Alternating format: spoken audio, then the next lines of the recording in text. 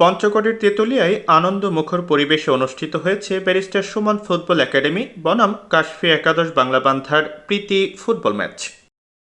এদিন খেলা শুরু হওয়ার এক পর্যায়ে দূর দূরান্ত থেকে আসা দর্শকদের পুরো মাঠ ঘুরে হাত নাড়িয়ে অভিবাদন জানান ব্যারিস্টার সৈয়দ সায়েদুল হক সুমন।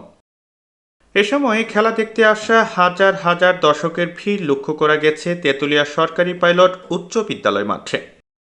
শুক্রবার বিকেলে শুরু হওয়া এই খেলার প্রথমার্ধে কোনো গোল না হলেও হাফ টাইমের পর মাঠে নেমে বাজিমাত করেছেন হবিগঞ্জ ৪ আসনের সংসদ সদস্য ও সুপ্রিম কোর্টের আইনজীবী ব্যারিস্টার সৈয়দ সায়েদুল হক সুমন।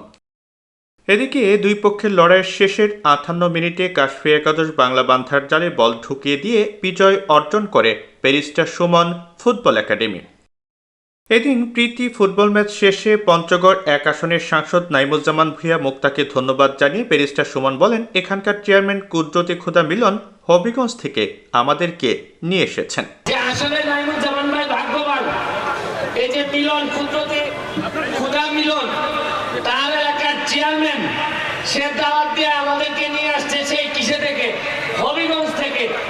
আমি এই নাইমুজ্জামান ভাইকে বলবো যে এরকম চেয়ারম্যান থাকলে বঙ্গবন্ধু সোনার বাংলা। এ সময় সাংসদ সুমন আরও বলেন, বাইরের জেলাতে গিয়ে খেলা অনেক কঠিন কাজ। আমার বিশ্বাস ছিল যে পঞ্চগড়ের মানুষ সব সময় অতিথিদের পক্ষে থাকে। আপনাদের বিপক্ষে খেলা আমাদের কঠিন হবে, কারণ আমার একটা উপজেলার সব প্লেয়ারকে আমি আমার হালাল টাকা দিয়ে প্র্যাকটিস করাইয়ে নিয়ে আসছি।